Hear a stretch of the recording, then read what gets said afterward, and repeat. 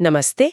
आज हम दो बड़े दिलचस्प किस्सों पर थोड़ी गहराई से बात करने वाले हैं। हाँ। ये दिखाते हैं कि लोग आपस में कैसे कितने गहरे जुड़े होते हैं। एक तरफ तो है आस्था, त्योहार और गरीब लोगों की रोजी रोटी का जो एक ताना बाना है। सही। और दूसरी तरफ है एक इलाके के जाने माने स्टार और उनके जो फैंस हैं उनके बीच का रिश्ता, जो कि आजकल थोड़ा मुश्किल दौर से गुजर रहा है। अच्छा, okay. तो आज हम कोशिश करेंगे कि इनमें जो भावनाएं हैं, जो पैसों से जुड़ी सच्चाई है और जो लोगों का आपसी जुड़ाव है, उसको समझे।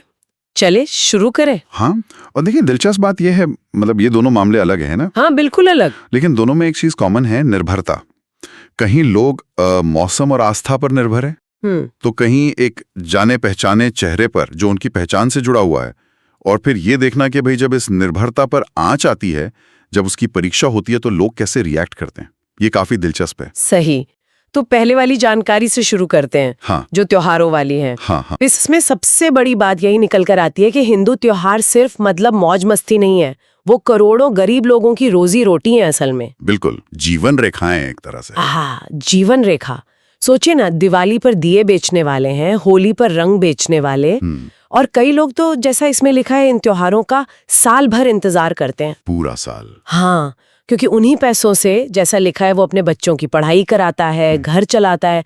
तो ये निर्भरता तो बहुत ही ज्यादा है। बिल्कुल। और यहीं पर वो मुश्किल वाला पहलू सामने आता है, जब कोई कुदरती आफत आ जाए। हाँ। जैसे इसमें लिखा है, कभी बाढ़ दिए बहा ले जाती है, तूफान दुकान उड़ा ले जाता है। तो इससे सिर्फ उनका पैसा नहीं डूबता, नहीं, बल्कि उनकी आस्था पर भी सवाल उठने लगते हैं। लोग सोचने लगते हैं कि भाई अगर सच में भगवान है, तो गरीबों के साथ ये खेल क्यों? हाँ, ये सवाल तो उठता है। या फिर क्या भगवान भी रिश्वतखोर हैं? ऐसे सवाल। रावण तो अब देखो खराब हो गए, इसमें हमारा मेहनताना भी नहीं निकल रहा है। ये हम देवली से आए हैं, हमको यहाँ से 2 महीने हो गए हैं। 2 महीने के बाल बच्चे लेके आए हैं, छोटे छोटे हमारे रावण बनाने के लिए।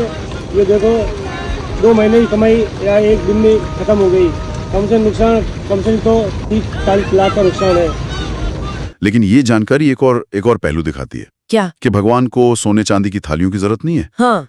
भगवान कहाँ बसते हैं? हाँ। वो आस्था में बसते हैं और गरीब के माथे के पसीने में है। ये गहरा विचार है। हाँ, ये बहुत गहरा विचार है। और आखिर में ये जानकारी इसी इंसानियत पर, इसी बात पे जोर देती है ना। हाँ, कि सच्ची पूजा क्या है। वही कि अगर हम एक गरीब की मदद कर दें, उसके घर का चूल्हा जलवा दें, तो वही भगवान की असली पूजा होगी। भगवान मंदिरों में नहीं, सही, बल्कि गरीबों की दुआओं में बसते हैं। बिल्कुल सही। अच्छा, अब आते हैं दूसरे मामले पे। ये एक अलग तरह का जुड़ाव है। हाँ, पश्चिमी उत्तर प्रदेश के कुछ इलाके हैं, मेरठ, बागपत, मुजफ्फरनगर, सहारनपुर, और हरियाणा में भी रोहतक, झज्जर, पानीपत। हाँ, ये पूरा बेल्ट है। हाँ, इस पूरे बेल्ट में कलाकार हैं उत्तर कुमार, बहुत जाने माने। उनकी फिल्म धाकड़ छोरा और उनका जो अंदाज है, जिसे लोग धाकड़ अंदाज कहते हैं, काफी मशहूर है वो। हाँ, उसने उन्हें बहुत पहचान दिलाई। हाँ। लेकिन आजकल वो एक कानूनी मामले में फंसे हुए हैं, उसकी वजह से चर्चा में है। और जाहिर है लोगों की प्रतिक्रिया भी मिली जुली होगी। फैंस खुश तो होंगे कि चलो जमानत मिल गई। हाँ, राहत मिली होगी। राहत मिली, पर वो ये भी समझते हैं, जैसा कि स्रोत कहता है, कि जमानत का मतलब बरी होना नहीं होता।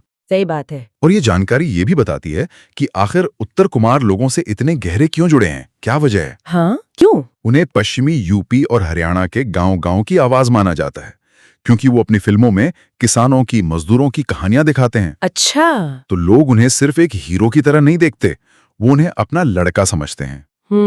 अपनापन है। हाँ, वो अपनापन है। और अगर हम इसे बड़ी तस्वीर में देखें, तो यही गहरा जुड़ाव कारण है कि उनके केस में लोगों की इतनी ज्यादा दिलचस्पी है। ये सिर्फ कोई सेलिब्रिटी न्यूज नहीं रह जाती फिर। सही कह रहे हैं। और एक सवाल जो है वो सबके मन में होगा, शायद हवा में तैर रहा है, कि क्या वो अपना स्टारडम वापस पा सकेंगे? बड़ा सवाल है ये। हाँ, और ये जानकारी इस सवाल का जवाब नहीं देती, इसे खुला छोड़ देती है। बस ये बताती है कि लोग इंतजार कर रहे हैं, सबकी निगाहें इसी पर टिकी है कि उत्तर कुमार कब जेल से बाहर आते हैं। एक अनिश्चितता बनी हुई है। बिल्कुल। तो इन सब बातों का सार क्या निकलता है?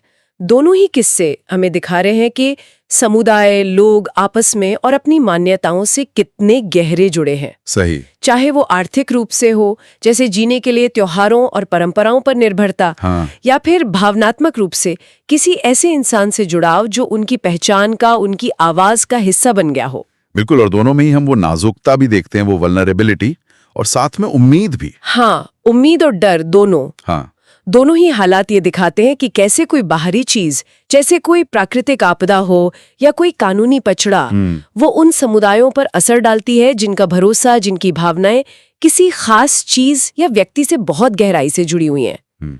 ये जानकारी सीधे सीधे नहीं पूछती, पर इशारों में ये सवाल जरूर उठाती है कि हम किस पर और कितना भरोसा करते हैं, क्या ऊपर वाले की मदद पर या फिर दुनिया में दिखने वाले चेहरों पर, इन पब्लिक फिगर्स पर। हाँ, ये वाकई सोचने वाली बात है बहुत, और शायद इसी सोच के साथ हम आज की बात खत्म कर सकते हैं। एक सवाल जो शायद इन किस्सों से उठता है पर सीधे कहा नहीं गया, कि जब लोगों का भरोसा हिल जाता है, चाहे वो त्योहारों से जुड़ी कमाई हो जिस पर वो निर्भर थे, या किसी चहेते कलाकार की छवि हो, तो वो उस निराशा का, उस मुश्किल का सामना कैसे करते हैं? अलग अलग हालात में वो हिम्मत, वो रेजिलियंस, वो कैसा दिखता है, ये सोचने के लिए छोड़ते हैं। बिल्कुल, ये एक अहम सवाल है।